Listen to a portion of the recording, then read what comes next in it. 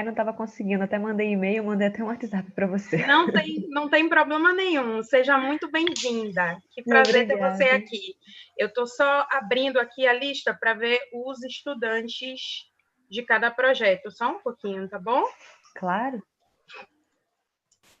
Que aí eu já li o outro errado. Eu li o seu nome errado, sabia, Dominique? É Li da outra mesmo? sala. Foi. Acontece, né? Faz parte, com certeza. Pois bem. Estou aqui ansiosa, doida para ver os trabalhos acontecendo. É um prazer estar aqui com vocês. Desejo sucesso a todos os que vão apresentar. E você já começou a gravar? Eu não sei o teu nome. Já estamos ao vivo. Pode falar, pode. Pois bem. Então, uma boa tarde a todos. É um prazer estar aqui. Eu sou Glaucio Luiza, sou a mediadora dessa sala. Essa é a 14ª FACT, é um prazer tê-los aqui. Hoje, essa sala é a modalidade 2, a categoria interdisciplinar. Nós já temos os avaliadores presentes, que são...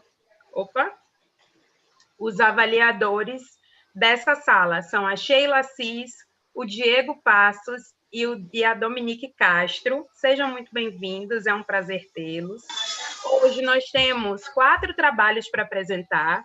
O primeiro é o trabalho 62, Bruno Latour e a ciência na era do antropoceno, favela ecossistêmica, implementação acessível da logística reversa em micro e pequenos varejos, e o trabalho 44, Inferno Digital. Eu peço, por favor, que quem não está falando, que desligue o microfone. Eu estou mutando alguns aqui. Perfeito. Quem não estiver falando, eu peço que desligue o microfone. Nós vamos ter... A dinâmica da sala acontece da seguinte maneira. Cada trabalho tem 10 minutos para apresentar, e nós temos 10 minutos de avaliação entre perguntas e respostas. Eu relembro que os professores não podem falar, os orientadores não podem falar, quem fala são os alunos daquele determinado trabalho, e peço que vocês se atenham ao tempo, por favor, tá bom? E aí, se um avaliador, de repente, não conseguir falar em um dos projetos, aí ele tem prioridade para falar no outro. Nós vamos aqui no bom senso e vai tudo certo, tudo bem?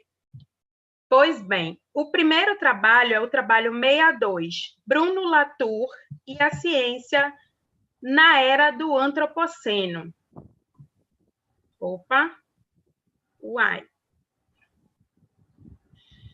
Ai, gente, aqui. Os estudantes são Laura Bretas Coelho Moreira, a orientadora Maria de Nazaré Santângelo, espero que eu esteja falando o nome de vocês corretamente. Eles são da Escola Centro Federal de Educação Tecnológica Celso Sucou da Fonseca, Cefet, de Valença. Sejam muito bem-vindos. Obrigada. Bem-vinda, Laura. Sucesso na sua apresentação. O seu tempo vai começar de agora. Tá tudo certinho aí?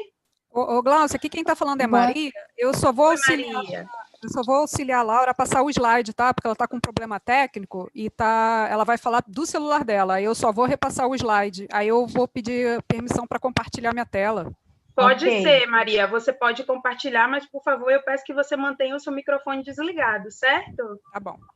Obrigada. Laura, você está sem vídeo? Será que eu consigo te ver? Eu acho que não. Não? Tudo bem, não tem problema. Seria ótimo te ver, mas está tudo bem. Eu já vejo a sua apresentação, Laura. Pode começar. Ok. Tá todo mundo me escutando bem? Sim, nós estamos te escutando. Boa tarde, meu nome é Laura Bretas, eu sou aluna do primeiro ano de Química no Cefet Rio de Janeiro, campus Valença.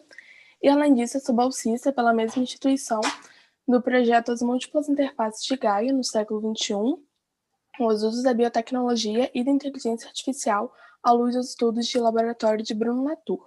Eu sou orientada pela professora Maria Eichler, coordenadora do projeto. Inicialmente, torna-se necessário introduzir um pouco sobre quem é Bruno Latour e qual foi a sua importância perante a sociedade que vivemos. Pode passar, por favor. Latour é doutor em filosofia e professor atuante em uma universidade francesa além de ser professor visitante nas universidades de Harvard e na London School. Pode passar, por favor. É o autor da famosa teoria Torrede e ele também é fundador dos estudos sociais da ciência e da tecnologia. O Latour representa cotidianamente a sua importância no desenvolvimento do método etnografia de trabalho e na sua teoria Torrede. Ele também inspira diversos outros trabalhos de estudantes dessa mesma área. Pode passar, por favor. Essa é uma citação muito famosa que diz: o mundo não é um continente sólido de fatos com alguns dispersos lagos de incerteza, mas um vasto oceano de incertezas salpicado por algumas ilhas de formas calibradas e estabilizadas. Pode passar, por favor. O principal objetivo da pesquisa é a realização de um trabalho de campo no qual o método da etnografia de laboratório, criado por Latour, será colocado em prática. Em razão de ainda estarmos no início do projeto, a seleção das pessoas que ainda serão entrevistadas, assim como os lugares que ainda serão aprovados, está em processo de escolha. Ainda estamos discutindo, mas um caminho em escolha é eleger ativistas jovens e acompanhar seus movimentos, sua organização e as suas agendas ambientais. A definição das práticas científicas. Para que o projeto alcance seu objetivo, necessita-se antes de uma compreensão a respeito da forma como Latour define suas práticas científicas. Na visão dele, estas são práticas sociais e construções coletivas e são referidas como redes sociotécnicas. Estão inclusos nessa forma de associação diversos atores e instituições, como os próprios jovens ativistas, que eu já tinha dito, e os cientistas e as empresas. Cada um deles possui normas e sistemas de valores particulares, compartilhando eles ou não dos mesmos objetivos e interesses. Geralmente, estes mesmos autores eles entram em conflito quanto à disputa de capital e conhecimentos científicos. Além desses atores sociais, também estão inclusos atores não humanos nas redes sociotécnicas, agindo como agentes. Pode passar, por favor. Esse é o caso da inteligência artificial, dos algoritmos, das estruturas sintéticas e biológicas e dos fenômenos físicos e químicos. Dessa maneira, Latour busca refletir a respeito das conexões entre autores humanos e não humanos dentro do campo científico. Seu ponto de partida são os novos cenários de interação entre os seres humanos, a tecnologia e a natureza, detendo-se em casos em que os seres humanos já estão cultivando uma relação de avançada interdependência. Pode passar, por favor. Um exemplo atual vem de uma experiência conduzida pela Universidade de Vermont, cujos cientistas eles utilizaram pela primeira vez os algoritmos e a inteligência artificial a fim de criar uma espécie de máquina viva através da injeção de células de sapos. Um cientista responsável pela pesquisa, Joshua Bongard, diz que essa pesquisa se trata de uma nova classe de artefato, que é um organismo vivo programável. E com o avanço do experimento, deseja-se que as estruturas sejam capazes de transportar medicamento no interior do corpo humano. Pode passar, por favor. Metodologias. A etnografia ela dispõe de diversas metodologias auxiliares, sendo as principais a entrevista com informantes-chaves, análise documental e observação participante, assim como relatório de campo. Pode passar, por favor. A pertinência do projeto. O projeto demonstra extrema importância devido ao fato de apresentar pertinência e originalidade no tema proposto.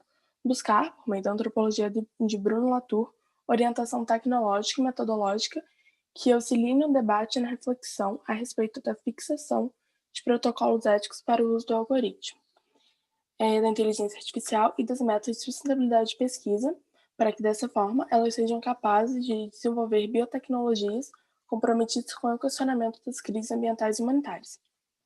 Além disso, o projeto também tem como objetivo tornar as ideias de Latour acessíveis aos estudantes de ensino médio, fazendo com que, dessa forma, eles sejam capazes de construir um saber crítico a respeito dos eventos da ciência. Pode passar, por favor. Pode passar. O desenvolvimento da antropologia. Pode passar. A antropologia ela se desenvolve em meados do século XIX, acompanhada pelo desejo europeu de dominação e monopolização cada vez maior dos mercados. Dessa forma, surge como efeito o paradigma do evolucionismo social, no qual as sociedades são distribuídas em uma linha evolutiva. Nessa época, como justificativa desse pensamento, os especialistas apresentaram como argumento que algumas sociedades se desenvolvem de forma lenta, enquanto outras se tornam, entre aspas, superiores pela rapidez no seu aperfeiçoamento. Dessa maneira, para caracterizar as primeiras, a expressão museu vivo foi frequentemente utilizada. Essa expressão se trata de uma forma de fazer referência a sociedades menos complexas, que na lógica do evolucionismo social representariam o passado das nações europeias do século XIX. Porém, se considerarmos um cenário diverso e nos atentemos para os operadores da dominação em ação do discurso europeu, se o critério tecnológico fosse mudado pelo critério de sustentabilidade, as sociedades agora ditas como atrasadas, cujo modo de vida preza pela utilização sustentável dos recursos, seriam as avançadas. Ou seja, a escolha do progresso tecnológico como critério para determinar no que consiste o ápice da civilização é arbitrária. Pode passar. Esse é um exemplo. Vejamos um exemplo com Denilson Baniwa, que rompe com esse paradigma quando apresenta que as culturas tradicionais podem preservar suas características originais, mesmo quando se adaptam às novas tecnologias oriundas de uma outra sociedade. Pode passar. Denilson é natural de Barcelos, no Amazonas, à beira do Rio Negro e pertencente à aldeia Dari. Atualmente ele reside em Niterói. Além de trabalhar na arte, ilustração e da comunicação, Denilson também é ativista dos direitos indígenas. E com a sua história de vida e a sua estética, é possível perceber que muitas vezes a tecnologia presente na sociedade, tida como moderna, ajuda a aprimorar e espalhar cada vez mais as culturas indígenas nos grandes centros urbanos. Sendo assim, esse é um exemplo grande e claro de que indígenas e outros povos não são museus vivos de outras sociedades mais complexas. Essas duas fotos são alguns exemplos que a gente tem uma crítica do Denilson. Pode passar, por favor. Evolucionismo social. A partir do século XIX, o conceito de evolucionismo social passou a ser criticado como etnocêntrico. E, para isso, o conceito relativista de cultura proposto por Franz Boas abriu caminho para a perspectiva segundo a qual as diferentes culturas devem ser compreendidas em seus próprios termos. Duas antropólogas e alunos de Boas foram responsáveis pela realização de um estudo decorrente da percepção do relativismo cultural. São elas Margaret Mead e Ruth Benedict, alunas de Boas. Um dos estudos de maior influência feito por Margaret Mead e Ruth foi o que diz respeito aos padrões culturais. A observação de um comportamento e práticas regulares que se repetiam no mesmo tempo e espaço fez com que elas notassem que a cultura, de certa forma, tem um impacto direto na personalidade dos indivíduos inseridos naquela sociedade. O maior exemplo desse impacto nas culturas ocidentais é o papel da mulher na sociedade estadunidense, não sendo natural ou normal o fato de a figura da mulher ser sempre associada a afazeres domésticos e a figura materna. Segundo o ponto de vista delas, esse acontecimento era acarretado pela influência da cultura norte-americana na vida da sociedade e na vida das mulheres. No slide, a gente tem duas propagandas que eram comuns nos anos 60. E agora, quando a influência da Margaret é comentada no feminismo atual, um dos maiores motivos é sobre a desnaturalização dos padrões culturais. Pode passar. O desenvolvimento do projeto. Pode passar. Tendo em vista que o projeto teve início em agosto de 2020, a sua primeira etapa vem sendo desenvolvida por um grupo de trabalho em que lemos e discutimos sobre as principais escolas antropológicas e as suas ações individuais de cultura. Oi. Laura, me perdoe os seus últimos 30 segundos para você finalizar a sua apresentação, que já está quase em 10 minutos. Por favor. Ok. Obrigada. Além disso, também são explorados outros conceitos-chave da antropologia, como os símbolos, rituais e entidades, entre outros. O estudo da evolução no tempo das diferentes escolas antropológicas é de extrema importância para que na próxima etapa tenhamos condições de compreender o campo da antropologia da ciência e antropologia simétrica de Latour. É isso, obrigado pela atenção. Perfeito, Laura. Muito obrigada por ser até ao tempo. Eu abro a palavra agora para os avaliadores, para fazerem as perguntas. Vou retomar aqui o meu cronômetro e podem começar. Quem quer começar? Diego, Dominique, Sheila, Qual de vocês três? Posso começar? Pode, por favor. Laura e a professora Maria, parabéns.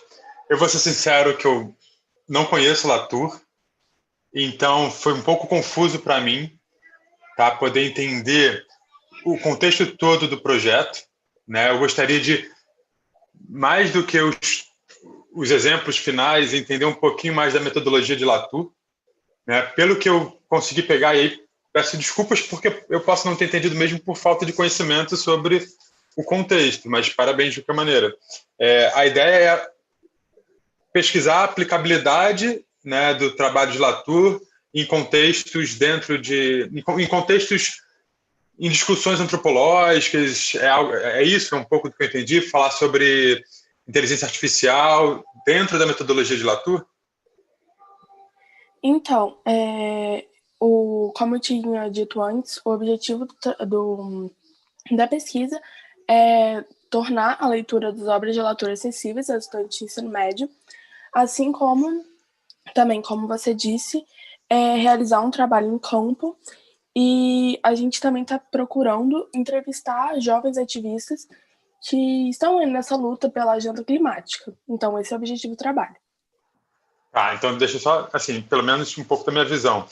Eu acho que talvez ficasse um pouco mais claro esse objetivo se vocês falassem um pouquinho mais até sobre Latour, um pouco mais sobre, de maneira resumida, óbvio que você tinha 10 minutos, sobre explicar um pouco melhor como é o trabalho dele e discutir essas questões mais do que apresentar exemplos, como vocês falaram lá dos anos 60, né, da questão, né, do machismo nas mídias e tudo mais. Então, talvez gastar um pouquinho mais de tempo no Latour para quem está vendo e vocês querem explorar um pensador que não é muito, né, que não está muito no nosso meio, então talvez conhecê-lo um pouco melhor na sua apresentação teria, para mim, sido mais importante. Mas parabéns, obviamente, o trabalho é muito legal.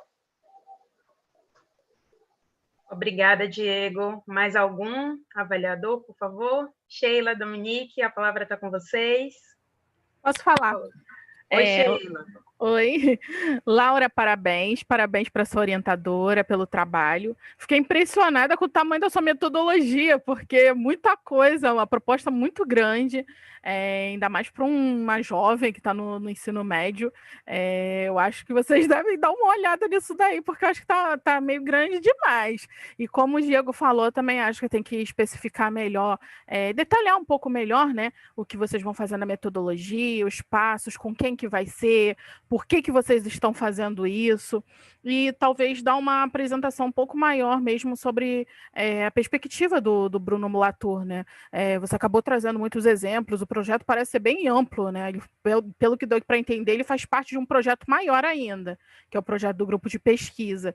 Então, acho que especificar para a próxima fase, né, da feira, acho que é muito interessante, e talvez também dar uma repensada nessa metodologia para poder conseguir se aprofundar, né, nos aspectos que vocês estão investigando. Mas parabéns pela ousadia, pelo trabalho. É uma leitura que não é fácil, às vezes, para quem já está na pós-graduação, quem dirá para um jovem de ensino médio. Eu achei muito bacana a ideia de vocês e o esforço de querer transpor, né, esses textos para o ensino médio. Parabéns.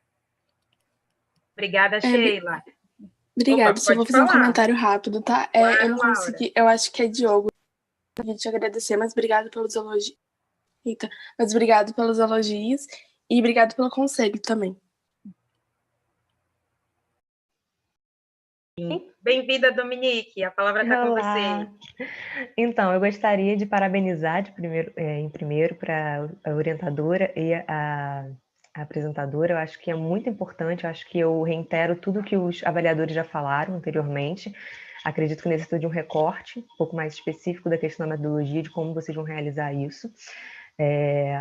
E assim, também parabenizo, porque realmente é muito inovador e muito trazer esse autor para o ensino básico. Eu acho isso muito importante, eu acho que essas discussões são fundamentais dentro da área da ciência. Então, eu gostaria de parabenizar.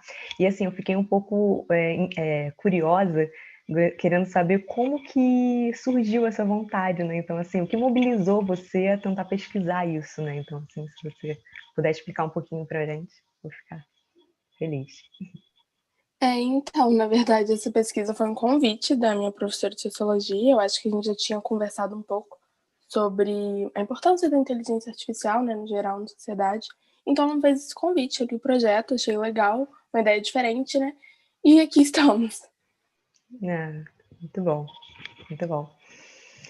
Pode, perdão. Pode, não pode. Não, pode. fica à vontade. Pode terminar, professora Dominique, pode terminar. Não, só na verdade também não tenho muito conhecimento sobre isso, mas assim, se vocês também estão levando uma discussão com relação um pouco à questão da parte ética envolvida nisso tudo, né, dessa questão do envolvimento diretamente da tecnologia com da questão da inteligência artificial em si, especificamente com essa questão biológica, né, com essa questão química, então se isso também está sendo abordado, né, dentro do estudo de vocês. Era só isso. Você quer comentar a esse respeito, Laura, alguma coisa? Não, só isso mesmo. Tudo bem. Vocês ainda têm um tempo de avaliação. Vocês querem fazer mais alguma pergunta, algum comentário? Posso só complementar? Fica à vontade. Laura e a professora Maria, então, até pegando, eu ia falar um pouco do que a Dominique falou, e, enfim, complementando o que a professora Sheila também comentou, talvez se vocês tivessem, por exemplo, focado, né, pega a ideia do Latour, discutir do Latour, e, né, feito um recorte na questão da inteligência artificial e ponto, eu acho, assim, o trabalho ficaria um pouco mais fechado, um pouco mais coeso. Eu, sinceramente, me fiquei um pouco perdido, assim, fiquei um pouco sem ar, porque foram vindo muitos exemplos, eu não consegui, aí, enfim, pode ser uma coisa minha, conectar um ao outro, porque, sinceramente, eu não conheço o pensador. Então, fiquei um pouco sem ar, assim, sem entender um pouco, né, da ligação de um com o outro. Então, eu senti falta, né, como eu falei, de falar um pouco mais do Latour, e talvez, nesse primeiro momento, principalmente nesse contexto que a gente está vivendo, focar, né, na metodologia de Latour em um contexto, na inteligência artificial, na ética, como a Dominique falou, e eu acho que isso é super interessante, né, faria muito mais sentido, seria muito mais objetivo, e eu acho que talvez tivesse um resultado muito mais rápido. E é isso. Mas parabéns, obviamente, como a Dominique e a Sheila como elas falaram, trazer pensadores que não são comuns na educação básica é sempre fundamental. Conhecer um pouco mais da ciência, da história da ciência e de quem está fazendo ciência atualmente, né, é sempre incrível. Pois bem, muito obrigada aos avaliadores. Aproveito para agradecer a Laura e a Maria de Nazaré pela apresentação e vou convidar, se vocês querem falar mais alguma coisa, ainda tem mais um tempinho. Querem? Alguém quer complementar? Eu não posso falar nada, né, Gleice? Não, Maria, hoje não. Hoje você é só espectadora, Maria. Eu só vou agradecer, então. Vou agradecer. Muito obrigada, tá? Vou continuar acompanhando. Ok, perfeito. Seja bem-vinda.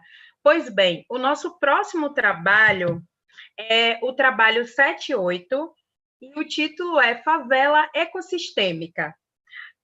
A orientadora é a Ana Cristina de Mello, que eu vi que está aqui na sala. Olá, Ana Cristina, tudo bem? Oi, boa tarde. Estou aqui presente. Perfeito. E os estudantes são o João Vitor Lessa da Silva e a Manuela Balbino de Siqueira, que também estão aí, que eu vi. Vocês são do Instituto Federal de Ciência e Tecnologia do Rio de Janeiro, a cidade da escola. Sejam muito bem-vindos. Está tudo certinho aí? Obrigada. Podemos começar? Obrigado. Está tudo certinho, sim. Está tudo certinho, sim. Eu vou compartilhar a tela aqui e a Manuela vai começar a falar, tudo bem? Tá, tudo bem. Só lembrando que, por favor, a Ana Cristina vai ficar muda, não pode falar. E aí, depois, vocês têm 10 minutos e quando chegar em 2 minutos, de repente, eu relembro para vocês. Tá ok assim? Tá ok. Beleza. Tá, beleza. Então, boa sorte. Arrebentem Obrigado. aí. Obrigada. Vou começar o cronômetro, tá? Tá bom. Então, boa tarde, gente. Eu sou a Manuela, sou do Instituto Federal, né? Como já foi dito, vou apresentar o trabalho com o João. Nossa orientadora é a senhora Ana Cristina. Vamos lá, né? Ela já fez a introdução, então vamos começar. Peraí, deixa eu só colocar aqui na apresentação. Tá. Então, a nossa pesquisa, ela pretende investigar ações de sustentabilidade baseadas em saberes locais em comunidades que estão próximas ou ocupam unidades de conservação ambiental. Ah, peraí, deixa eu só mudar a tela aqui rapidinho. Não tá cuidado.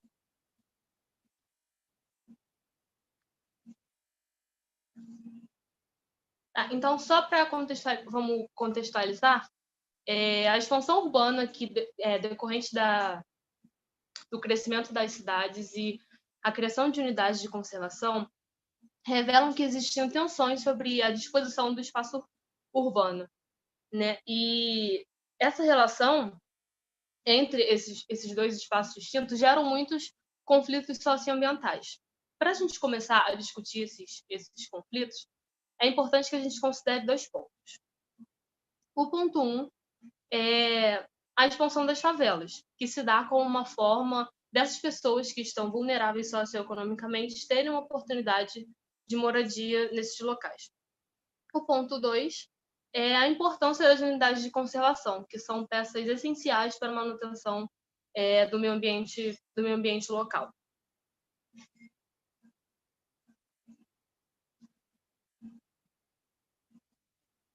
Nesse contexto, a gente pode observar, por exemplo, esse conflito acontecendo no fato de que diversas áreas de assentamentos urbanos são removidos, com a justificativa de que essas áreas prejudicam o meio ambiente ao entorno.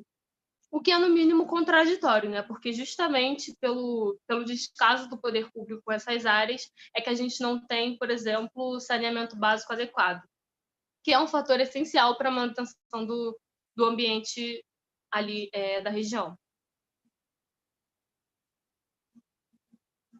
Então, dessa forma, a nossa pesquisa ela pretende investigar a relação dos moradores dessa comunidade com a unidade de conservação e investigar também todas as nuances que envolvem essa discussão, né?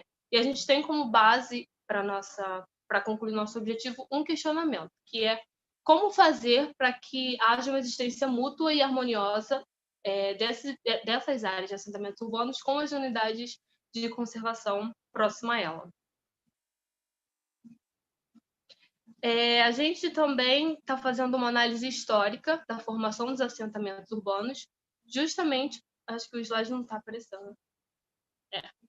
Então, a gente também está fazendo uma análise histórica da formação dos assentamentos urbanos, justamente porque muitos deles surgiram como uma oportunidade, como eu já disse, de pessoas que estão vulneráveis socioeconomicamente terem onde morar.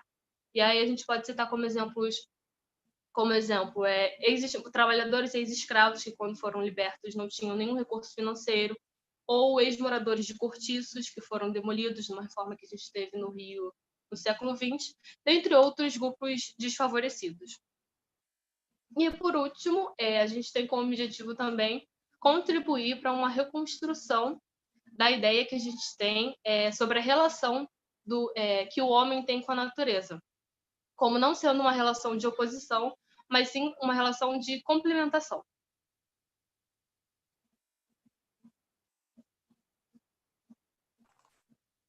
Falando um pouco agora da nossa metodologia, a gente dividiu nossa metodologia em alguns segmentos. O primeiro dela é o estudo bibliográfico. O nosso estudo bibliográfico visou reunir pesquisadores e outras pesquisas que, de alguma forma, se relacionam com a nossa proposta, a fim de nortear o nosso procedimento. Em seguida, fizemos uma análise, um estudo legislativo, para averiguar quais são as legislações que gerenciam as unidades de conservação e as que garantem o direito à moradia para as pessoas da cidade. Em seguida, passamos por uma etapa de elaboração de mapas, com a finalidade de melhorar a nossa visualização do espaço analisado, né? Então, a partir disso, fizemos um levantamento de dados, visando descobrir como foi o histórico de assentamento, como foi o processo de implementação das unidades de conservação e, por fim, faremos ainda a pesquisa empírica, que é a parte importante da nossa pesquisa, pois vai procurar a percepção dos moradores locais referentes aos objetivos que a gente mostrou. Começando agora com os nossos objetos de pesquisa, nós temos o nosso objeto principal, que é a favela do Boqueirão, que é uma favela localizada no bairro de Bangu, que foi formada em 1986, a partir de moradores que vieram removidos da favela do Esqueleto, que se encontrava no bairro do Maracanã. Então, atualmente, segundo dados do Sistema de Assentamento de Baixa Renda, atualmente essa comunidade ela possui 100 domicílios e não possui nenhum tipo de projeto que visa melhorar a urbanização desse ambiente. Em seguida, nós procuramos os pontos que estão nos arredores da nossa favela, que é o nosso objeto de pesquisa. Entre eles estão o antigo aterro sanitário de Bangu, o complexo penitenciário do Jericinó e o outro objeto principal, que é o Parque Estadual do Mendanha. O Parque Estadual do Mendanha é uma imensa área de preservação ambiental localizada no meio da cidade do Rio de Janeiro. Ela faz divisa com o município do Rio de Janeiro, de Nova Iguaçu e de Mesquita, e tem mais de 4.000 hectares. Ele foi formado em 2013, né? Então foi bem depois da formação da favela do Boqueirão. Então a gente pretende buscar como que foi esse processo de implementação desse parque, para entender como que isso afetou a vida do pessoal da favela do Boqueirão. Indo um pouquinho para o nosso estudo bibliográfico, nós pesquisamos diversos autores que prezavam pela opinião e participação das comunidades locais no debate ambiental. Entre eles, nós temos Henrique Leff, Carlos Walter Gonçalves, Vandana Shiva e até o próprio Bruno Latour, que teve o projeto anterior. Todos esses têm em comum e nos ajudaram a nortear a nossa pesquisa com a finalidade de esquecer aquele argumento preservacionista, de que temos que preservar o meio ambiente e ponto. Não é assim. Eles dão a perspectiva dando base teórica para que a gente entenda que os conhecimentos locais e os conhecimentos decoloniais são fundamentais para que a gente atinja um objetivo social da unidade de conservação que garanta a manutenção dos recursos naturais e preservação de biodiversidade, mas também garanta a inclusão dessa comunidade e a possibilidade da existência dessas comunidades ao redor. Em seguida, nós partimos para o estudo legislativo, onde descobrimos algumas legislações, mas eu vou pontuar duas principais. Entre elas tem a emenda... Oi? Desculpa, era só para te lembrar que você tem 2 minutos para encerrar. Tudo bem, dá tempo. Tranquilo. A primeira delas é a emenda constitucional de número 26, que adiciona o direito à moradia como direito social fundamental à Constituição. Isso não estava presente mesmo na primeira versão da Constituição Cidadã. E, em seguida, nós temos o SNUC, que é o Sistema Nacional de Unidades de Conservação, que gerencia e classifica essas unidades de conservação.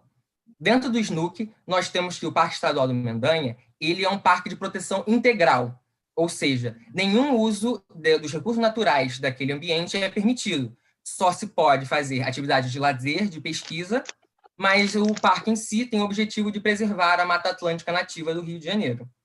Dentro desse SNUC também tem um documento chamado Plano de Manejo, que é um documento primordial para a nossa pesquisa, porque é ele que gerencia e organiza a forma de relação da unidade de conservação com as comunidades. Mas, infelizmente, o Parque da Mendanha está 2 anos atrasado em entregar esse documento. Então, a gente não tem ainda informações sobre como esse processo de implementação e de relação da comunidade com você foi feito. Estamos entrando em um processo com o INEA para conseguir esses dados mais intrínsecos. Fazendo as considerações finais, o nosso projeto tem o objetivo, então, de mostrar que é sim possível que a gente consiga desenvolver comunidades e sociedades sustentáveis, conservando os recursos naturais, mas ainda assim podendo possibilitar todos os aspectos sociais, culturais e econômicos das comunidades locais. Agradeço a oportunidade e é isso, gente. Pronto, perfeito. Muito obrigada, João Vitor e Manuela, pela apresentação. Relembro aos avaliadores que a modalidade 2 são projetos já iniciados, mas com resultados parciais. Aí vocês têm 10 minutos para comentar e eu vou restaurar a minha contagem aqui. Quem vai começar dessa vez? Posso começar. Oi, Sheila. Pode sim. Parabéns, João Vitor, Manuela e a professora também pela orientação do trabalho. Dá para ver que vocês já estão fazendo bastante coisa, né? Mesmo a gente está no meio dessa pandemia. Parabéns pela iniciativa e por repensar nesse espaço urbano que a gente está, né? A gente está no Rio de Janeiro, uma cidade já com tantos conflitos espaciais, né? E por moradia e tudo mais. O que tem representado para vocês fazer parte desse projeto? Quer falar, Manuela? Ou posso falar? Pode falar. Então, para mim está sendo incrível, porque eu sou de Bangu, né? Eu cresci tendo essa relação com o Parque do Mendanha, que é bem próximo da minha casa. Então, conseguir pensar em uma forma de ajudar não só o parque, mas toda a comunidade em volta, e podendo, no futuro, né, conseguir desenvolver métodos sustentáveis para ajudar essas comunidades a diminuir esses conflitos, está sendo uma experiência maravilhosa e muito reveladora para a gente, sabe? Fora também que, tipo, como o próprio nome da sala diz, né, é um projeto super interdisciplinar, então a gente tem contato com muitas coisas ao mesmo tempo, então é um projeto que a gente aprende muita coisa justamente porque ele é tão amplo que, tipo assim, você tem que olhar vários detalhes de várias áreas, então é muito enriquecedor para a gente como estudante também, né, claro. Mas sim, e essa parte... Sim, e essa parte que a gente está mostrando é um recorte do que a gente já conseguiu achar e produzir, porque a gente está, nessas reuniões que a gente tem com a nossa coordenadora, a gente vai tendo mais ideias e desenvolvendo mais conteúdo para ser postado futuramente. Parabéns. Obrigada. Obrigado. Dominique, Diego, a palavra está com vocês. Posso falar? Pode. Bem, eu gostaria de parabenizar, viu, Manuela, João Vitor, tanto pelo trabalho de vocês e a orientadora, pelo trabalho maravilhoso. Mais uma vez, eu estou muito feliz de poder estar presente aqui com vocês numa sala com tantos trabalhos que estão trazendo pessoas que são muito vistas na pós-graduação, né? E não vistas no ensino básico, né? Então, eu acho isso muito importante. Na verdade, eu fico muito feliz de estar vendo esse tipo de trabalho sendo movimentado, né? Eu sou educadora ambiental, então eu sou dessa área e acho muito interessante. Fiquei, na verdade, com algumas dúvidas, assim, com algumas coisas também de querer sugerir algumas coisas para vocês. Porque, assim, uma primeira coisa que eu fiquei o nome foi Favela Ecossistêmica. E aí eu fiquei na dúvida de o que conceito é esse de ecossistêmica que vocês estão trazendo? Eu fiquei na dúvida por que não veio o Edgar Morin com a questão da complexidade, a teoria da complexidade e algumas coisas assim que envolviam essa temática, né? E uma outra coisa também que eu achei muito interessante, que eu não sei se vocês têm conhecimento, mas na Unirio tem 2 grupos, o GEASUR, que é o grupo de... Vocês conhecem o grupo? O GEASUR? Não. Não conheço. É muito interessante, ele é o grupo de pesquisas em educação ambiental desde a Sur, que aí então ele acompanha justamente a questão da decolonialidade, né? E é muito interessante quando vocês percebem tipo, que tem vários trabalhos sendo desenvolvidos, inclusive aí que talvez possa inspirar vocês para vocês poderem ver isso. Por exemplo, existe que é até do Daniel Andrade, que é em parceria com o pessoal do GEASUR, que é do LAPEAR, da Unirio, que ele tem um trabalho com o pessoal do Morro da Formiga. E é muito interessante porque eles geraram um nível de complexidade de organização comunitária tão grande em que eles conseguem fazer uma distribuição e uma organização dos recursos hídricos da comunidade. Né? Então, assim, tem todo um movimento assim, muito interessante, mostrando-se as outras formas de organização e de mobilização, né? Que a comunidade assume também a partir desse momento, numa das formas de enfrentamento dos conflitos socioambientais que a gente tem do entorno, né? Então, e parabenizar mais uma vez, era só isso, que se vocês quiserem depois eu posso até disponibilizar materiais para vocês, se vocês se interessarem. Seria ótimo. A gente se interessa sim, pode passar. Você disse que era o grupo da Unirio? Você pode repetir rapidinho? Claro, é o GEASUR, é do Show. Celso Sanches. De repente, Dominique, você pode escrever no chat, que aí eles têm acesso ao nome direitinho? Com certeza. Oi, Diego, você quer comentar a respeito do trabalho? Olá, primeiro parabéns, né, ao João Vitor, a Manuela e a professora Ana Cristina, não é isso? Isso. Pela visão, né, na verdade,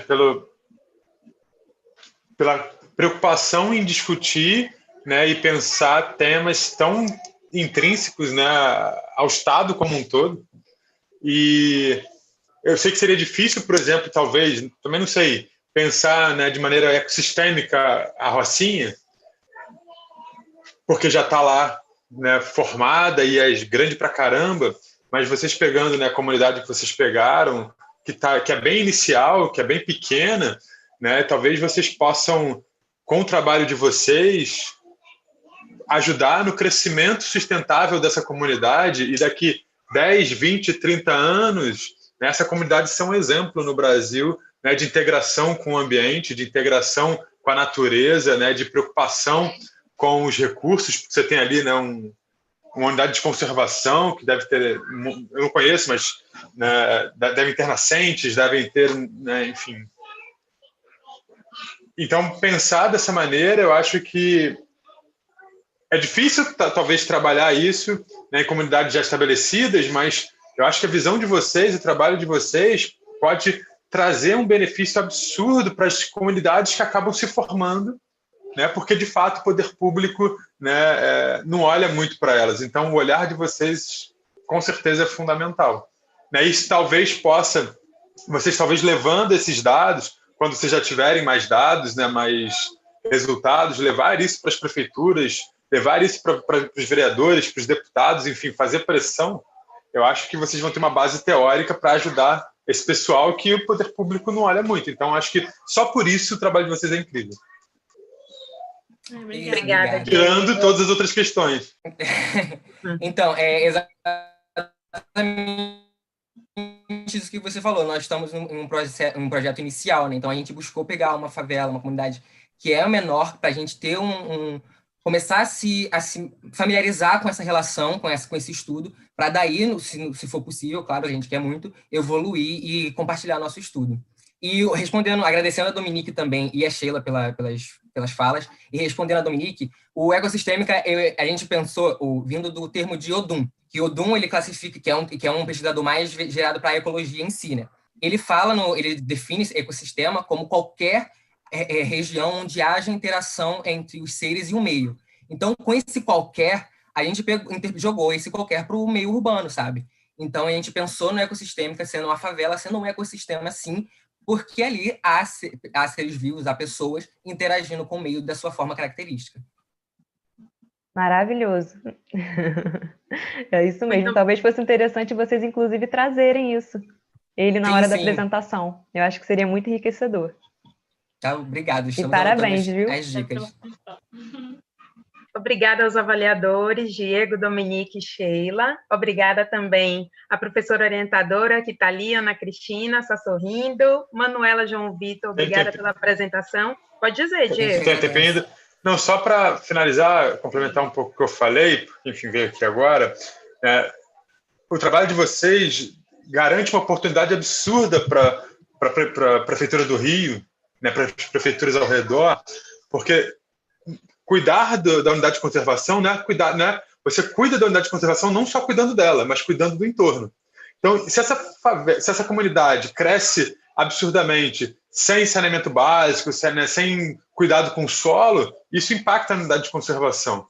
Né? Então, você estimular, né, o olhar do poder público para a comunidade de informação, você acaba protegendo a unidade de conservação. E eu acho que isso, né, reverbera para o Brasil inteiro. Né? A gente está destruindo as nossas florestas, nossos biomas, sim. Enfim. É uma maneira de tentar trazer uma reflexão sobre a conservação deles. Então, muito legal. Exatamente. Obrigadão. Estou fazendo mais um comentário sobre um estudo de caso que a gente fez aqui, tipo assim... Você tem 30 segundos, Manuela. Eu acho que não vai dar tempo de falar, mas enfim... acho que não vai dar tempo de falar, deixa pra lá, 30 segundos é um pouco. Cita! Não, era só porque a gente fez um estudo de caso, porque ele falou isso da prefeitura, mas aí, fazendo esse tipo de pesquisa, a gente esbarra com muitas outras nuances, porque, por exemplo, o estudo de caso que a gente fez era sobre um parque, eu não lembro o nome do parque, se você lembrar, você fala, João. É um parque que aí tinha um condomínio de luxo foi construído dentro do parque, na área que era reservada para o parque, e aí ele foi construído mesmo tipo, a prefeitura, todo mundo sabendo que era ilegal, ele foi construído, e ele está lá até hoje, e aí do lado tem uma comunidade que ela está há um tempão para ser removida, e tipo assim, esse empreendimento que foi feito do condomínio, ele está lá até hoje, ó, as mil maravilhas, eles esqueceram que é ilegal, e está lá firme e forte, mas aí a comunidade, ela tá lutando para existir todos os dias. Então, tipo assim, a gente esbarra em coisas assim que é, tipo, claramente uma coisa que é ideológica, sabe? Racismo ambiental escancarado, mas aí... Sim. Obrigada, Manuela e João Fechou. Vitor. Vou Obrigado. interromper vocês. A discussão é rica e importante, assim como todas as outras, mas só para a gente manter a equidade de tempo, eu vou interromper vocês. Eu entendo. Tá Bem. bom? Muito obrigada.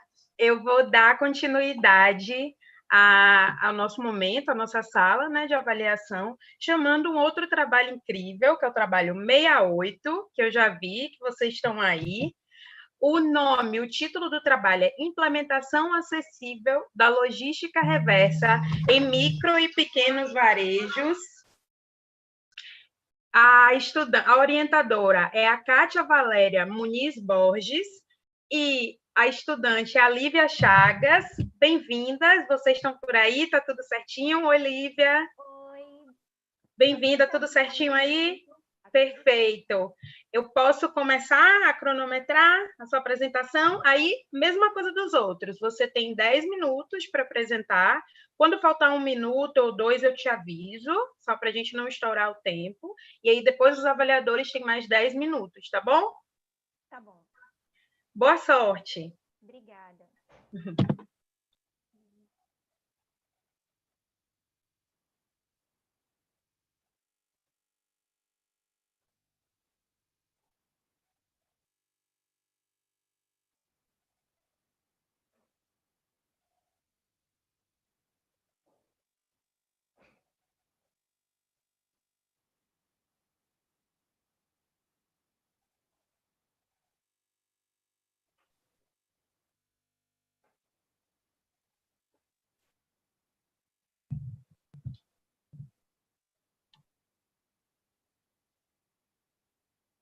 Vou começar, tá bom, Lívia?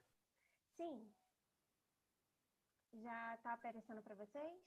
Quase, está carregando. Assim que aparecer, eu começo a contar, tá bom? Tá bom. Agora já apareceu. Show. Podemos? Tarde a todos. Pode.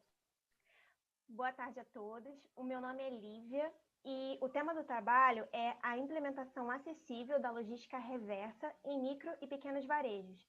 Eu sou aluna do curso de técnico em administração da FATEC e a minha orientadora é a professora Kátia Valéria Muniz Borges.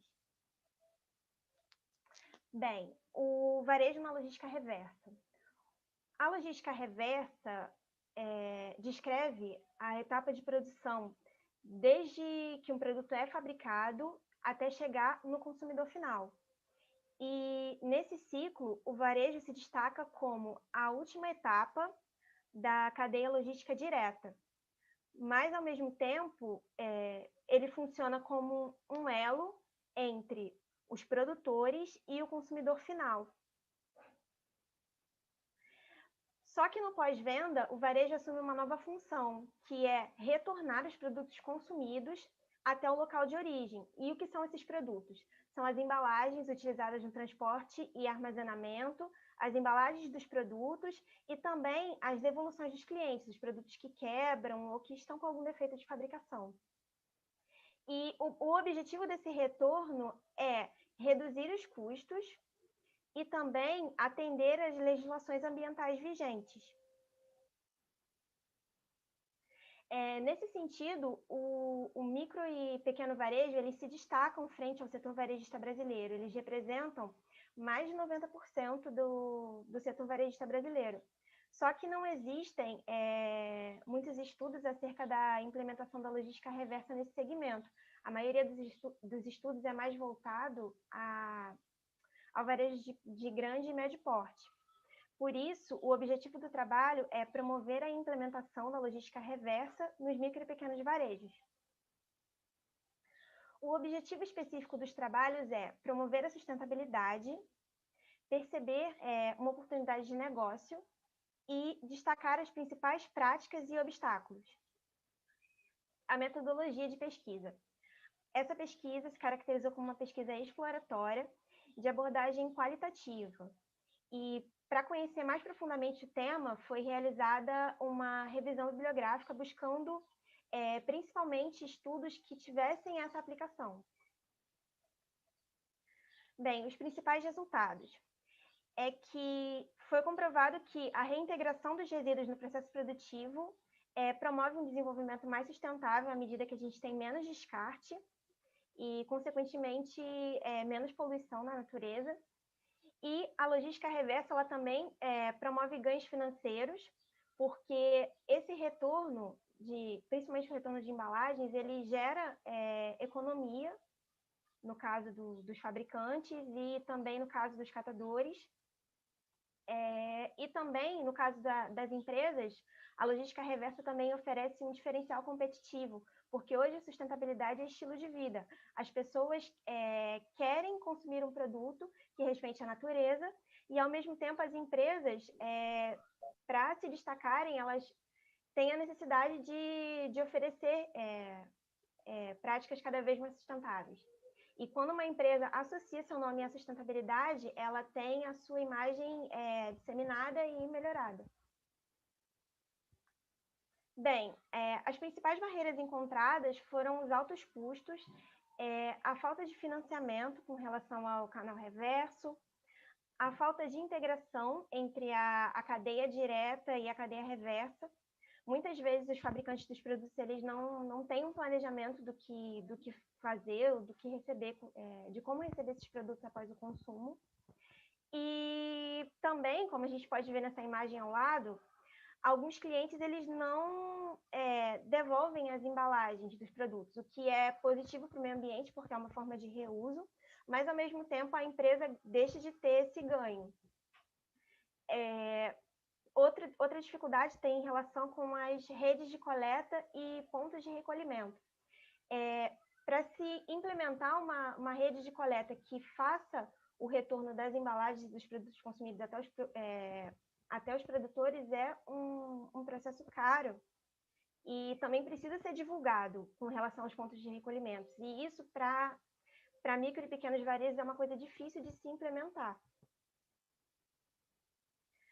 Mas, ao mesmo tempo, apesar de ser difícil, não significa que é impossível. Existem, sim, práticas que podem ser implementadas no micro e pequeno varejo, como, por exemplo, a união entre fornecedores e clientes. Isso significa que, se os produtores são conscientes sobre o produto que estão produzindo, facilita na hora do setor varejista fazer esse retorno. Parcerias com prefeituras locais e cooperativas de reciclagem. Essas parcerias com as prefeituras locais ajudam muito com relação à retirada desses produtos. E a parceria com a cooperativa de reciclagem é justamente um local de armazenagem e direcionamento desses produtos já consumidos. Outras práticas é a divulgação da iniciativa, como eu disse, atrelar uma marca à sustentabilidade é uma coisa muito positiva em relação à atração de clientes. Por isso que a gente vê desse lado uma campanha que foi feita pela Samsung esse ano, que é uma empresa grande, mas que transformou a caixa da sua televisão mais moderna numa caixa para pets. E isso foi uma forma de atrair esse público que é ligado à sustentabilidade. Apesar deles não terem o retorno da embalagem, eles têm retorno com relação à melhoria da imagem. E o incentivo ao retorno de embalagens, como no caso dessa imagem aqui, que mostra o retorno, no caso de um filtro já utilizado, pela troca de desconto num filtro novo. Isso é uma prática que pode ser implementada nos micro e pequenos varejos. Outras práticas são os outlets, que é a venda de produtos já obsoletos ou com algum tipo de problema na embalagem, com desconto, a nossa famosa Black Friday, e a canibalização, que é o recolhimento de produtos danificados para o aproveitamento das peças. É isso. A pesquisa provou que o melhor entendimento da logística reversa é importante no sentido da proteção do meio ambiente e também tem importância na geração de renda. A iniciativa foi pertinente devido à importância desses empreendimentos dentro do setor varejista. E quanto à aplicabilidade, ela é difícil no sentido de demandar investimentos e depender de fatores externos, mas, ao mesmo tempo, existem práticas que podem ser implementadas. Por isso, não foi possível traçar soluções definitivas, mas, pelo menos, foi possível indicar alguns caminhos que permitem ultrapassar os obstáculos destacados. Futuramente, eu acredito que seja necessário um investimento em um estudo de caso, que englobe esse ramo específico do varejo. Eu gostaria de fazer esse estudo de caso com ênfase em feiras livres, em lojas de roupa de pequeno porte e também numa padaria. Seriam 3 casos diferentes, onde seriam analisados como é feito o descarte, como é feita a logística reversa, e a partir daí seria possível encontrar soluções mais específicas para esses ramos. É isso, eu agradeço muito a atenção de todos vocês. Obrigada, Lívia, parabéns. Obrigada. Eu abro, então, para que os avaliadores, Sheila, Diego e Dominique, se manifestem a respeito desse trabalho. Podemos começar contigo, Dominique? Vou te pedir, Lívia, só para você parar de compartilhar a tua tela, por favor. Sim. Obrigada.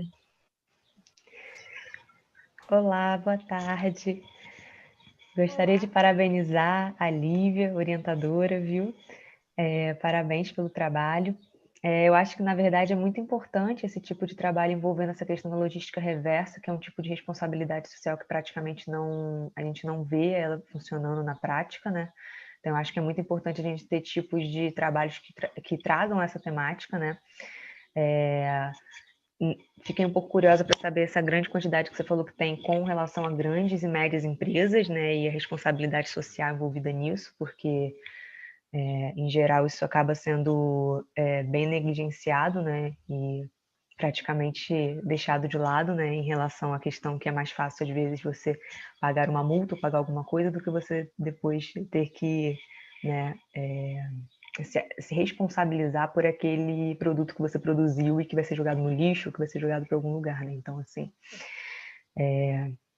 E eu fiquei curiosa só no sentido de saber um pouco mais sobre os resultados que vocês encontraram, se eles foram feitos em algum lugar específico, com algumas empresas específicas, ou se foi só uma questão de um levantamento de dados, uma questão mais envolvendo isso.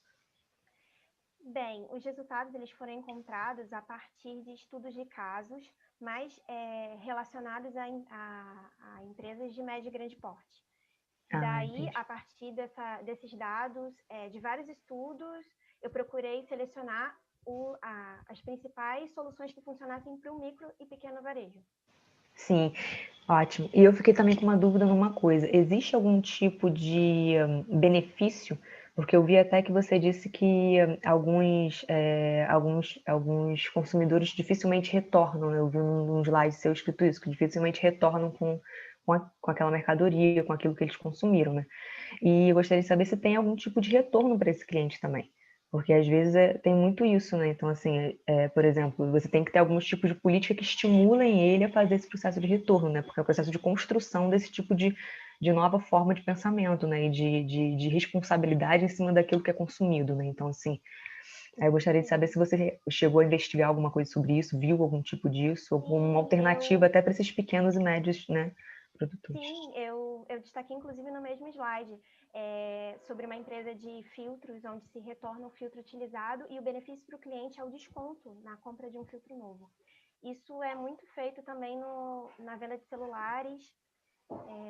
Já teve algumas empresas que fizeram campanhas relacionadas a isso, eletrônicos, de uma forma geral, porque são produtos que têm um descarte mais complicado e ainda tem um valor agregado. Apesar da pessoa não usar mais, as peças ainda podem ser utilizadas. Sim, sim, sim. É justamente por isso que, na verdade, eu fiquei em dúvida se talvez um tipo de política que mostrasse que depois o que foi feito com aquilo que você devolveu, sabe? Então, assim, para ter uma ideia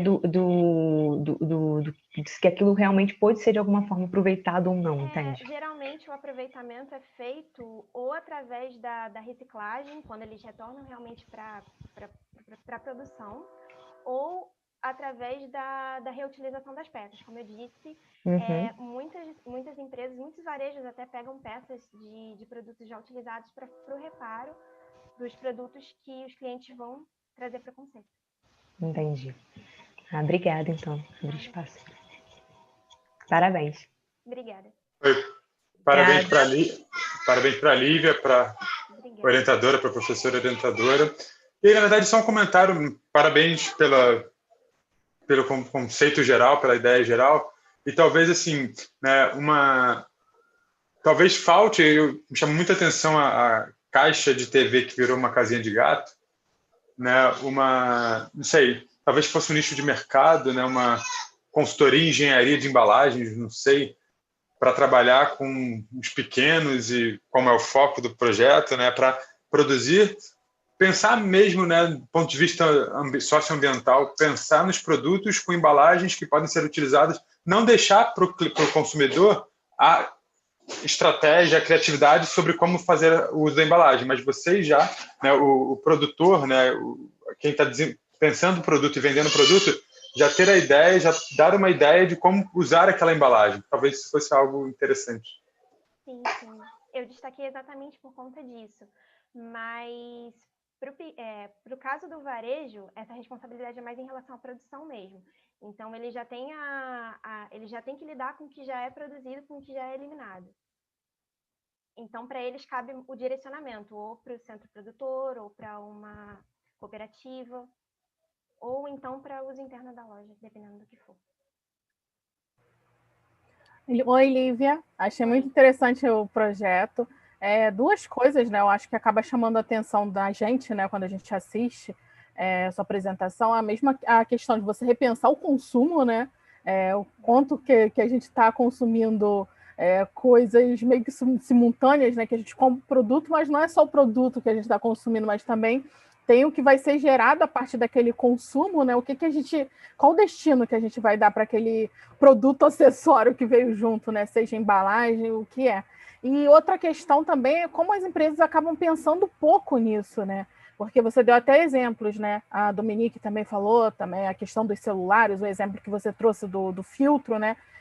De café, mas isso ainda é bem pequeno, né? A gente para pensar, a maior parte, por exemplo, das comerciais que passam de produtos na nossa televisão, ou sei lá, que a gente acessa na internet, pouco se pensa nessa questão, né, da logística reversa, né, de como que a gente vai dar outros fins para o resíduo, né, que vai ficar. E aí cai numa questão que o Diego muito bem pontuou, né, da questão do impacto, né, socioambiental disso, né? Como que isso pode estar agregando renda, como que isso pode estar melhorando o nosso ambiente, não causando danos, enfim. Acho muito inovador a perspectiva que vocês estão pensando. E de quem foi a ideia do projeto? Você podia contar um pouquinho para a gente? Bem, eu assisti uma palestra sobre logística reversa, e sempre quando eu assisto alguma coisa que me chama a atenção, como conceitos relacionados ao meio ambiente, à preservação, eu penso como no meu dia a dia, como as pessoas ao meu redor podem utilizar aquele tipo de informação. Daí eu pesquisei sobre as aplicações nos pequenos varejos. E eu vi que tinha muito pouco estudo. A maioria era mais voltado a empresas de médio e grande porte, relacionada a rama alimentício, ou a empresas grandes, como a Samsung. E, no caso, a professora Kátia, ela me agregou com várias informações relacionadas ao ao varejo. Ela ajudou ela ajudou a embasar a minha ideia. Com referencial teórico e tudo mais, né? Parabéns para você, para a professora Kátia, pelo trabalho que vocês estão desenvolvendo. É muito importante, né? Principalmente nesse momento atual que a gente fala tanto de questões sociais, né? No impacto do ambiente, enfim. Parabéns mesmo. Obrigada. Obrigada, Dominique, Diego, Sheila, Lívia, parabéns pela apresentação, parabenizo também a Kátia Valéria, que é a sua orientadora, e se vocês não tiverem mais nada a acrescentar, eu vou prosseguir com a avaliação, pode ser? Pode. Obrigada, deixa eu parar aqui o meu cronômetro, e prosseguindo, nós vamos ter no próximo trabalho, é o trabalho 44, cujo título é Inferno Digital. O orientador é o Emanuel Moreira da Fraga, o co-orientador Gabriel Gomes da Silva, e os estudantes são Amanda Caldeira Madureira, Júlia Sobreira e Pedro Henrique do Amaral. Eles são da Escola Técnica Estadual República, daqui do Rio de Janeiro. Boa tarde. Olá, boa tarde, Olá. boa tarde. Tudo bem? Tudo bem. Gostaria de pedir apenas para o professor Emanuel começar a compartilhar a apresentação, que ele irá perfeito. passar os slides. Então, as mesmas orientações são válidas para vocês. Pode compartilhar, professor, sem problema. Eu só vou pedir para você ficar no mudo, por favor. E aí, quando vocês começarem a apresentar, 10 minutinhos, quando faltar 2, eu aviso, tá bom? Se vocês não tiverem ainda já nas considerações finais. Já estão vendo na tela? Sim, professor, estamos vendo. Posso começar? Pode sim. Sucesso para vocês, tá? Obrigada. Olá, primeiramente gostaria de dizer que é uma honra estar aqui apresentando para todos na FACT. Meu nome é Amanda Caldeira, eu sou estudante do curso técnico de programação de jogos digitais da ET República, na FATEC de Quintino. E pode passar. E eu vou falar sobre o nosso projeto Inferno Digital. Esse é o nosso sumário com os tópicos que iremos abordar. E esses são os meus colegas desenvolvedores que vão falar um pouco mais sobre o projeto hoje também. A Júlia e o Pedro. E nós temos como orientador o nosso professor de filosofia, o Emanuel, e como co-orientador o Gabriel. Pode passar. Antes de tudo, eu gostaria de falar um pouco sobre o projeto, né? Eu vou falar um pouco sobre a nossa inspiração, da onde tiramos a nossa ideia para começar o projeto, e da evolução, que no ano passado era um jogo numa versão analógica, no estilo Game Car and Table, que anteriormente era chamado de Inferno um Jogo, e atualmente se chama Inferno Digital. Por quê? Porque é uma versão totalmente digital em 2D pixel art. Pode passar? Bom, agora, antes de tudo, eu vou falar um pouco sobre a obra Divina Comédia, que foi da onde nos inspiramos para criar o nosso projeto. Bom, a Divina Comédia foi escrita por Dante Alighieri, que foi um escritor que viveu durante o século XIII, e essa obra foi dividida em 3 partes. E nós escolhemos a parte do inferno porque, durante a aula em que discutimos sobre Dante Alighieri, nós também abordávamos sobre outros tópicos, como a existência do mal, livre-arbítrio, má índole, entre outros tópicos relacionados ao inferno. E por isso escolhemos o inferno. Pode passar, por favor? Essa é uma imagem que usamos como modelo na criação dos níveis do nosso jogo. Como os senhores e senhoras podem perceber, aqui nós temos uma espécie de mapa com os 9 círculos do inferno, cada um baseado em um pecado. E como os senhores podem perceber, nós temos a cidade de Dite entre o 5º e o 6º círculo. E o que isso significa? Significa que, do 1º ao 5º círculo, nós temos os pecados incontinentes, ou seja, os pecados que foram feitos sem intenção. E do 6º ao 9º, nós temos os pecados continentes, que foram feitos com a intenção. Pode passar, por favor? Falando agora sobre a evolução do nosso jogo, como eu disse anteriormente, o nosso jogo era uma versão analógica no estilo Game Car and Table. E como assim Game Car and Table? O nosso jogo era basicamente um jogo de cartas, onde o jogador jogava um dado, e dependendo do número que caísse nesse dado, o jogador pegaria uma carta correspondente a esse número e responderia a pergunta que está na carta. Se ele respondesse certo, ele passaria para o próximo círculo, e se respondesse errado, ele perderia o jogo. E aqui nós temos 2 imagens, são as imagens que utilizamos no nosso tabuleiro.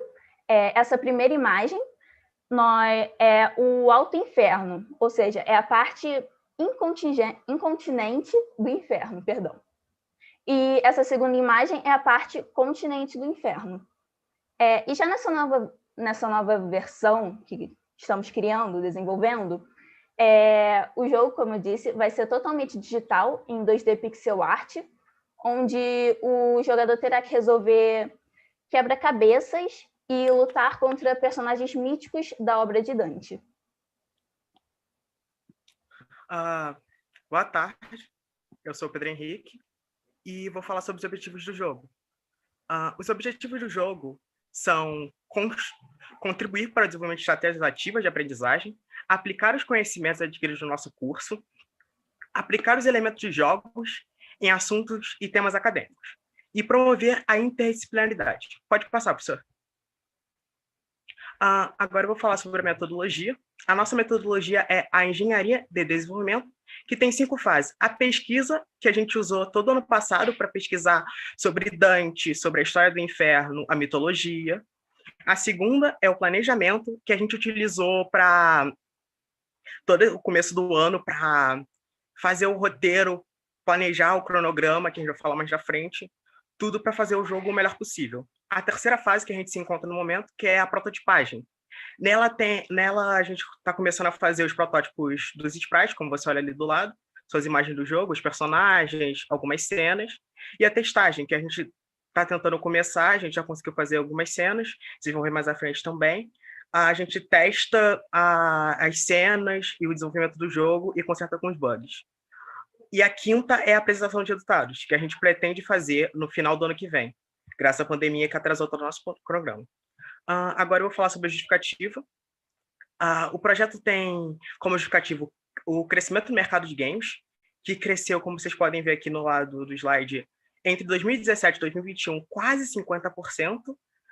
Está em dólar, e na casa dos bilhões de dólares, esse valor aí. E a segunda é a procura crescente das instituições formais de ensino por metodologias ativas de aprendizagem. Essas metodologias, entre elas, tem a gamificação, que a gente usa no nosso projeto. A gamificação, ela utiliza conceitos de jogos em áreas que não são necessariamente diversão, como o ensino formal. Próximo, por favor.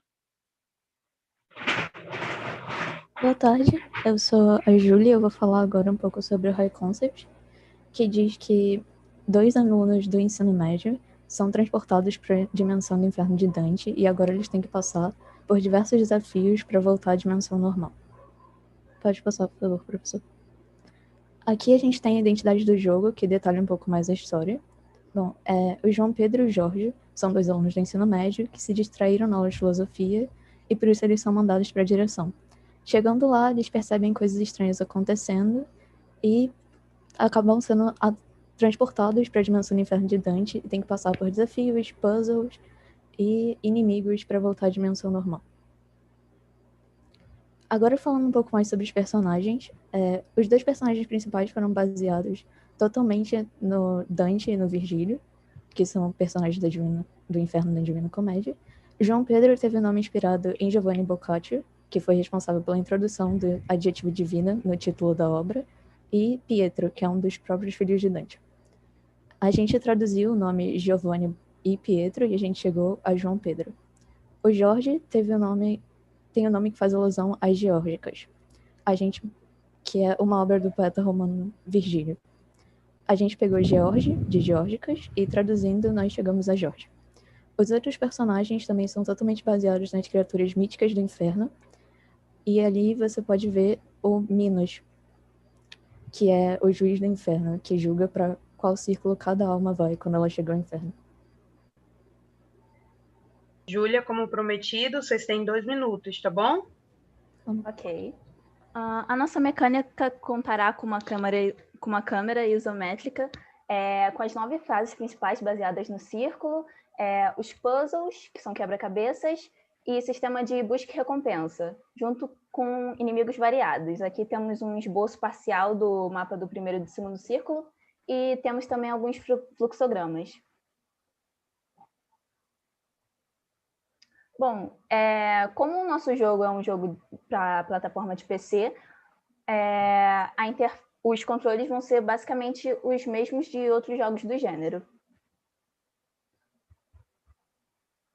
Aqui temos umas artes conceituais do João Pedro e do Jorge, junto com alguns sprites, que são a maneira que eles vão ser demonstrados no jogo. E aqui temos uns esboços do inimigo, um esboço da barraca, que será usada para a compra de itens, e temos também um esboço do Salão do Minos, que vai ser onde o jogador travará uma batalha contra ele.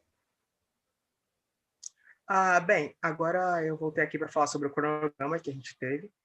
Como vocês podem ver, o cronograma está para terminar em 2021, pelo fato da pandemia, que atrasou todo o nosso cronograma. A gente começou em fevereiro, fazendo o planejamento, fazendo o roteiro, criando as mecânicas do jogo, e teve uma pausa, mas logo a gente voltou na segunda fase, criamos os sprites dos personagens, os sprites inimigos. A gente agora está na terceira fase, que está finalizando alguns personagens, a gente já finalizou os GD, e está fazendo os protótipos também. A quinta fase vai ser o protótipo final do jogo, com algumas correções, e no final, nesta fase, a gente vai fazer o polimento do jogo e a finalização do jogo. Pode passar, professor? Aqui eu vou pedir ao nosso professor passar uma demonstração do jogo. É que o tempo de vocês finalizou. Infelizmente, não dá tempo para demonstração. Eu vou prosseguir com a avaliação, tá bom?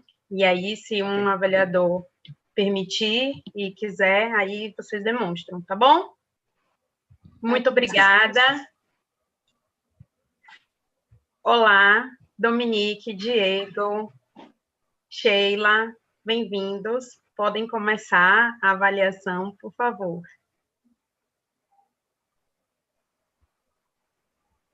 Eu queria ver a demonstração dele. Será que eu posso pedir? Sim, Sheila, pode. Eu vou retomar o cronômetro, tá bom? Pode compartilhar, professor. Obrigada, Sheila, pela generosidade. Nada. Muito obrigado, professor. Obrigada. Essa é a demonstração de gameplay do primeiro círculo. Só uma coisa bem rápida. Mostra a movimentação, as luzes e o personagem abrindo o baú. Se quiser ver mais, vai no nosso site. Tá certo. Eu quero dar parabéns aos meninos, ao professor. A nova forma, né, deles pensarem em ensino, trabalho com ensino, então é sempre fantástico quando a gente vê ideias inovadoras e saindo de jovens, né, da cabeça dos jovens. Muito bacana, gente. Parabéns. Obrigada. O professor está todo orgulhoso lá. Dominique, Diego, fiquem à vontade, podem falar. Assim, na verdade, vendo o trabalho de vocês me remete um pouco à minha idade, né? Quando eu tinha a idade de vocês, eu sempre posso dizer assim, meio gamer e tal. E acho incrível, eu mesmo coloco, às vezes, alunos para fazerem jogos. Então, assim, ver um trabalho desse porte, né, na escola é algo assim, absurdo. Para mim, eu achei muito legal. Eu até avaliei na primeira fase vocês também e li um pouquinho sobre o projeto anterior, né, e estou vendo algumas fotos também no site de vocês agora. Já era muito legal. E levar isso, né, pro... Vocês estão usando RPG Maker? Não, né? Não. É a gente Unity. utiliza a Unity. Porque eu lembro, eu começava a criar alguns joguinhos em RPG Maker, e lembro até um pouco, mas enfim, depois eu nunca mais mexi, e esse Unity deve ser algo mais, né, complexo, moderno do que RPG Maker. Mas assim, incrível, queria jogar quando estivesse pronto, né, porque você mistura filosofia, mistura, enfim, computação, enfim, você tem um projeto extremamente complexo, né, incrível saindo da escola. Então, assim, só posso dar parabéns para vocês e dizer que eu quero jogar. Muito obrigado. Obrigada. Acompanhe o site que a gente vai lançar lá. Dominique, fique à vontade. Então, eu gostaria também de parabenizar. Nossa, não tenho assim, palavras, eu também acho maravilhoso conseguir trazer esses tipos de jogos para o ensino. Eu acho isso que é fantástico. Acho que eu complemento, né, tudo os outros professores, os outros avaliadores já falaram, professores também, da importância disso, né, e da questão da interdisciplinaridade também envolvendo várias temáticas ali, desde filosofia, literatura, entre várias coisas ali que podem ser abordadas. E parabenizar mesmo, muito, muito legal ver essa iniciativa de vocês aí com esse professor. E também estou curiosa, vou acompanhar o site de vocês. Muito obrigado. Obrigada. Algum avaliador tem mais alguma coisa a considerar? Mais alguma consideração? Não? Pois então, eu agradeço a Amanda, Júlia, Henrique, ao professor orientador Emanuel. Muito obrigada pela presença de vocês. A gente que agradece. Nós chegamos ao final dessa sala. Esse era o último trabalho a ser apresentado. Primeiro, eu gostaria de saudar a todos que estão nos assistindo. É um prazer ter vocês aqui na 14ª FACT. Falar para vocês que ela continua, a FACT tem ainda amanhã tem mais, então não deixem de acessar o link e nos assistir. Também aproveito para agradecer a generosidade e a presença dos avaliadores, a Dominique Assis, o Diego Jacomin, a Sheila Assis. Obrigada pela presença aqui. Obrigada a todos vocês que apresentaram trabalhos. Foi maravilhoso estar aqui, porque foi rico. E da parte da Fundação CCERJ, da organização da FACT também, eu fico muito feliz de ver toda essa complexidade vindo de estudantes, é aquela coisa, né? A base vem forte. Um monte de autor massa que às vezes você ouve falar e não sabe muito bem, mas aí os meninos pegam e colocam num outro lugar, num lugar bonito. Então eu parabenizo a todos vocês. Que bom que estão aqui. Continuem desenvolvendo os trabalhos de vocês. Voltem a participar, e é isso. Muito obrigada, e eu aproveito também para apresentar a vocês a Vera Cascon, que é coordenadora da FACT, que está aqui conosco. Oi, Vera, você viu que massa essa sala? E agradecer a Glaucia também, que toda essa simpatia, levando essa sala de um jeito tão carinhoso e tão firme ao mesmo tempo, aquela fórmula certa, né? Que a gente, infelizmente, tem que cortar o tempo mesmo, né? Como ela falou, pela questão de equidade. Então, agradeço muito, gente. Eu estou, assim, curtindo essa FACT muito. Eu estou adorando que eu estou conseguindo ver os trabalhos pela primeira vez. Os trabalhos são maravilhosos. Eu não sei como é que vocês vão avaliar, porque todos que eu vejo eu acho maravilhosos. Um melhor que o outro, né? Pois é. É muito difícil. Que difícil ser avaliador.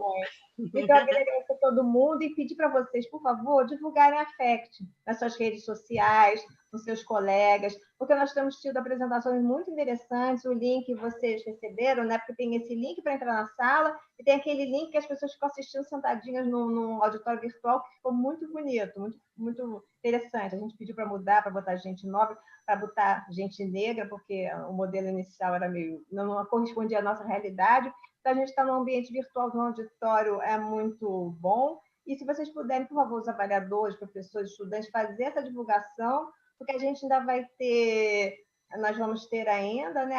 Até no sábado de manhã a gente vai ter a apresentação de trabalho e no sábado de tarde vai ser a premiação. Mas eu realmente, por mim, eu premiava todo mundo. Porque vocês são dois votos. Dois votos, Vera. A FACT, porque foi um esforço de todo mundo, toda a Fundação CCERJ, os colegas que estão aqui ajudando, como a Glaucia, e a gente, vamos lá aproveitar essa ocasião de ver uma coisa tão boa, né? Tão bonita, e essa dedicação toda de todo mundo. Muito obrigada de novo. Obrigada, Glaucia. Pois bem. Olha só, é só vocês, quem quiser compartilhar, né, Vera? Pelo mesmo link que está assistindo, compartilha aí, que aí as outras pessoas podem usar o mesmo link nos outros dias. O link é o mesmo. Aí faz um pequeno cadastro e entra na sala disponível. É difícil escolher a sala, porque é tanta coisa boa, você fica meio confuso, né? Vai um pouquinho em cada e fiquem também para ver a premiação. Estou ansiosa para ver, estou torcendo por todo mundo, estou com a Vera de dar o prêmio para todos. Eu acho que todos, só num ano como esse, onde essa pandemia está impactando cronogramas e estudos, é delicioso saber que tem gente persistindo. Vale a pena, a educação sempre vale a pena. Um abraço para vocês, viu? Os avaliadores querem dizer alguma coisa? A gente ainda tem 2 minutinhos. Eu quero agradecer a oportunidade. Eu acho que foi muito rico a gente participar da FACT. Agradecer a Glaucia pela mediação aqui na sala, a professora Vera pelo convite de sempre. E parabenizar muito esses meninos e os professores também, que são incansáveis, né? trazer trabalho de tanta qualidade aqui. Realmente é uma tarefa muito difícil para a gente avaliar. E eu acho que todo mundo já é vitorioso por chegar aqui, chegar nessa etapa. Quem se inscreveu, você ousar e escrever o trabalho e enviar, eu acho que parabéns para todo mundo. Todo mundo está ganhando muito já. É admirável, né? Dominique e Diego, vocês querem falar alguma coisa? Obrigada, Sim, Sheila, sim. pela generosidade. Diga, Dominique. Eu gostaria também de agradecer. Eu acho que esse momento que a gente está aqui junto, assistindo esses trabalhos, vendo essa força da educação, isso é muito gratificante para a gente. Não tem palavras para descrever isso, né? E agradecer essa oportunidade, agradecer essa mediação, Laucio, maravilhosa, viu? Agradecer a todos que estavam aqui apresentando os trabalhos, a todas a insistência mesmo, né? E todo esse momento, essa questão, e a gente continuar a estar aqui. Muito bom, viu? Eu gostaria de agradecer mesmo. Muito obrigada, parabenizá-los. Obrigada. Diga, Diego. Enfim, continuar o que a Dominique e a Sheila falaram. Parabéns para toda a organização da feira, né? Em todas as fases, nos outros anos também. A gente só escuta, a gente só vê esses projetos cada vez crescendo mais, né? Nos municípios, no estado, e no contexto onde a nossa educação é cada vez menos valorizada, ver os alunos, né, sendo guerreiros, né, enfim, pegando isso para eles e tendo essa iniciativa, essa autonomia, e com professores tão brilhantes os apoiando, é emocionante, é incrível, e que vocês brilhem. Dá um quentinho no coração, né? Tem esperança, é isso. A FECT é um momento de renovar a esperança na educação, na ciência e na tecnologia, na resiliência. Que bom que vocês estão aqui. Um abraço a todos, muito obrigada. Não, nada, só de alegria, só de alegria. Um cheiro para... É isso, um cheiro para vocês. Eu peço, por favor, que o host possa encerrar a gravação a partir daqui e agradecer a presença de todos. Até a próxima.